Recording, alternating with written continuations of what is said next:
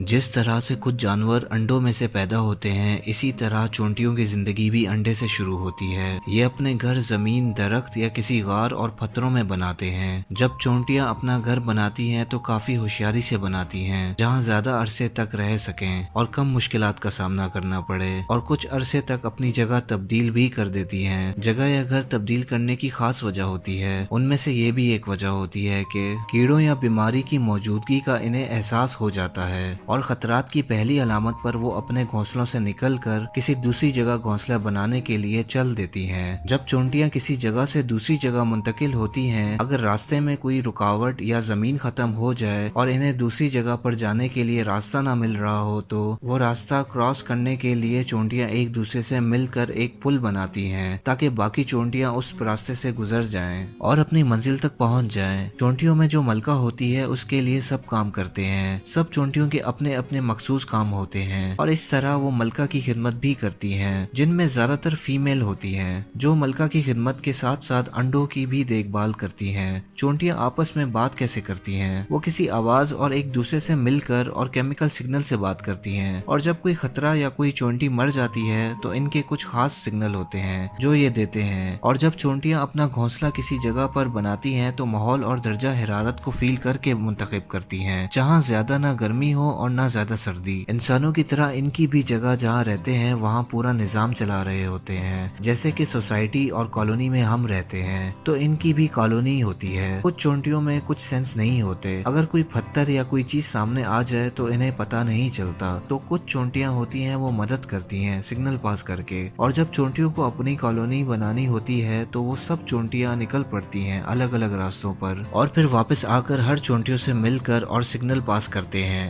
जो ज्यादा बेहतर जगह होती है इसे मुंतकिब कर देते हैं और उसी जगह पर सब चल देते हैं और अपना घर बना लेते हैं। जब कोई मकोड़ा या कोई चीज इनके रास्ते में आता है और इनको खाने की कोशिश कर रहा होता है तो कुछ चोंटियां मिलकर उस चीज को खत्म कर देती हैं। और जब चोंटियां अपना खाना तलाश करने को निकलती हैं तो जिन जिन को खाने की जगह मिलती है तो वो एक छोटा सा टुकड़ा तोड़कर जब वापस अपने घर आ रही होती हैं तो इनके जिस्म में एक केमिकल होता है, वो उस रास्ते पर छोड़ते हुए वापस आ रही होती हैं, और साथ साथ सिग्नल भी आपस में मिलकर पास कर रही होती हैं। इस तरह वो खाने वाली जगह पर आसानी से पहुंच जाती हैं, और जब खाना खत्म हो जाता है जिस जगह से ला रहे होते हैं तो वो केमिकल अपने जिस्म से छोड़ना खत्म कर देते हैं। फिर कोई चोंटी उस रास्ते पर नहीं जाती। चोंटियां अपना खाना अपने घर में महफूज करती जाती हैं। आप लोगों ने अक्सर देखा होगा कि चोंटियां बड़े बड़े पत्ते का हिस्सा या कुछ और खाने की चीज लेकर जा रही होती हैं। जब वो अपनी कॉलोनी में जाती हैं, जो बड़ी चोंटियां होती हैं वो बड़े टुकड़े को तोड़ तोड़ कर रखती जाती हैं, और छोटी चोंटियां छोटे टुकड़े को तोड़ तोड़ कर रखती जाती हैं, और इन्हें सबके लिए महफूज करके रख देती हैं। दुनिया के कुछ हिस्सों और खास तौर पर अफ्रीका और जनूबी अफ्रीका में चोंटियों को जख्म बंद करने के लिए भी इस्तेमाल किया जाता है। जब अफ्रीका के किसी जंगल में किसी इंसान को गहरी चोट लग जाती है तो वो चोंटियों का इस्तेमाल करते हैं। जख्म को या किसी जिस्म पे लगे कट को एक साथ जोड़ देते हैं, और इसके साथ चोंटियां